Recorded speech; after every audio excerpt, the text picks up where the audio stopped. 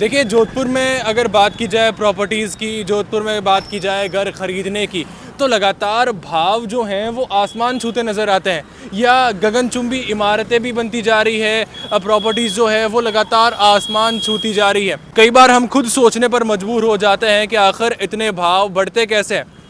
ये गगनचुंबी इमारतें क्या और आसमान छूती नज़र आएगी? भाव क्या है जो आसमान और छुएंगे?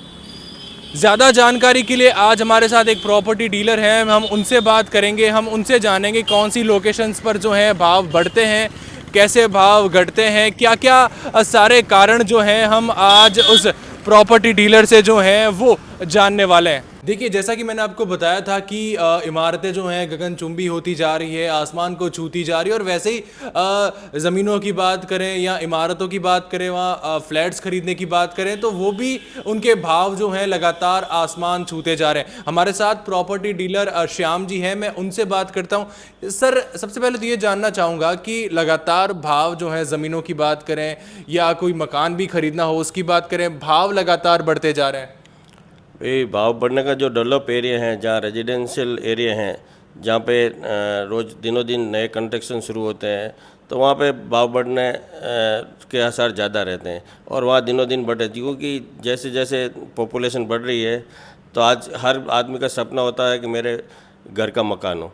तो हर आदमी यही चाहता है कि मैं किराए में नहीं रह के अपने मकान में हूँ। तो जैसी जो अपने हिसाब से उनकी फाइनेंशियल पोजीशन होती है, उस हिसाब से वो लोग वहाँ पे प्रिपेयर करते हैं। और भाव ज़्यादा जोधपुर में बढ़ने का यही कारण है कि जोधपुर में पीसफुल एरिया है और यहाँ जो भी रेजिडेंशियल एरिया है उसमें जो भी डेवलपमेंट ज़्यादा अच्छा हो रहा है, जैसे जेडी की कॉलोनी है, विवेक विहार है, तो इस टाइप की काफ़ी कॉलोनी और जो प्राइवेट कॉलोनाइजर भी काटते हैं, तो सब अच्छे से अच्छा अपना प्रयास करते हैं कि अच्छी कॉलोनी बसे और लोगों को कोई परेशानी नहीं हो। और यही कारण है कि जोधपुर में डेवलपमेंट ज़्यादा इसी वजह से भाव बढ़ रहे हैं। सर, कोई ऐसी लोकेशन जहां भाव लगातार घटते भी रहते हैं या एक स्टेबल रहता है कि नहीं, या जो सेम प्राइस पहले कुछ सालों पहले थी वही सेम प्राइस अभी भी है? ऐसे कई जैसे आउटर एरिया हैं तो ज़्यादा जैसे बाज़ार में बूम आती है तो आउटर एरिया भी चलते हैं। जब थोड़ी बहुत भी बाज़ार रुकता है तो सबसे पहले बाज़ार मंदिर आउटर एरिया में आती है।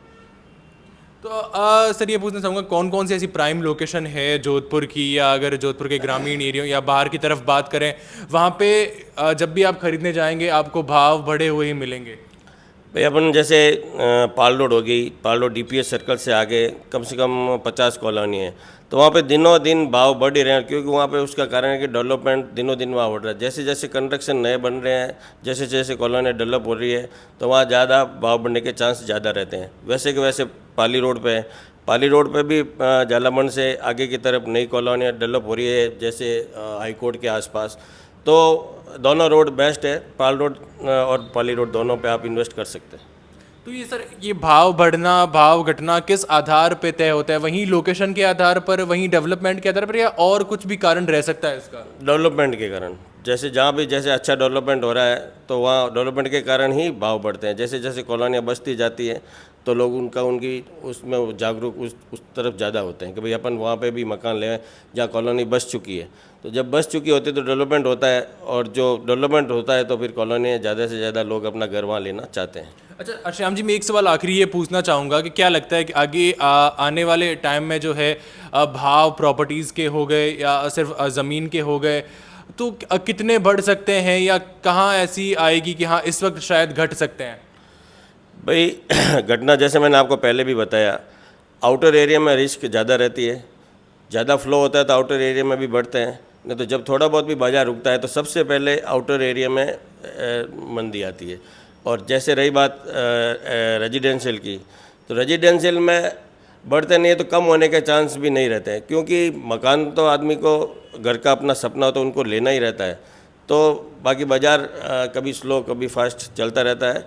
पर जहाँ अपन रेजिडेंशियल एरिया में कहीं पे भी अपन इन्वेस्टमेंट करते हैं तो वहाँ कोई रिस्क नहीं रहती है। अगर थोड़ा टाइम भी लगेगा पर जब भी बाज़ार चढ़ेगा तो आपको अपना रिटर्न मिलेगा।